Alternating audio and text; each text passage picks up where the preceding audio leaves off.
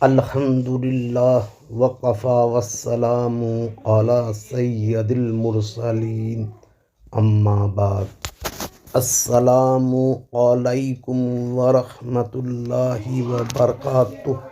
حلالہ کا معنی حلال ہونا ہے۔ جب مطلقہ عورت پھر اسی مرد سے نکاح کے لیے جائز ہو جاتی ہے تو اس کو حلالہ کہتے ہیں۔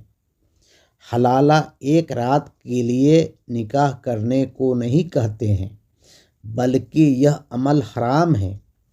مطلقہ عورت عدت کے بعد کسی سے ہمیشہ کے لیے نکاح کر لے، اگر اس کا شوہر مر جائے یا کسی وجہ سے اس کو طلاق دے دے اور وہ عدت گزار لے تو پہلے مرد سے نکاح کے لیے جائز ہو جاتی ہے،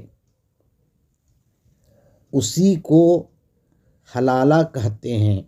واللہ اعلم بالصواب۔ اگر میری بات آپ کو اچھی لگی ہو تو برائے مہربانی اس چینل کو سبسکرائب و لائک کر دیں اور کامنٹ کریں۔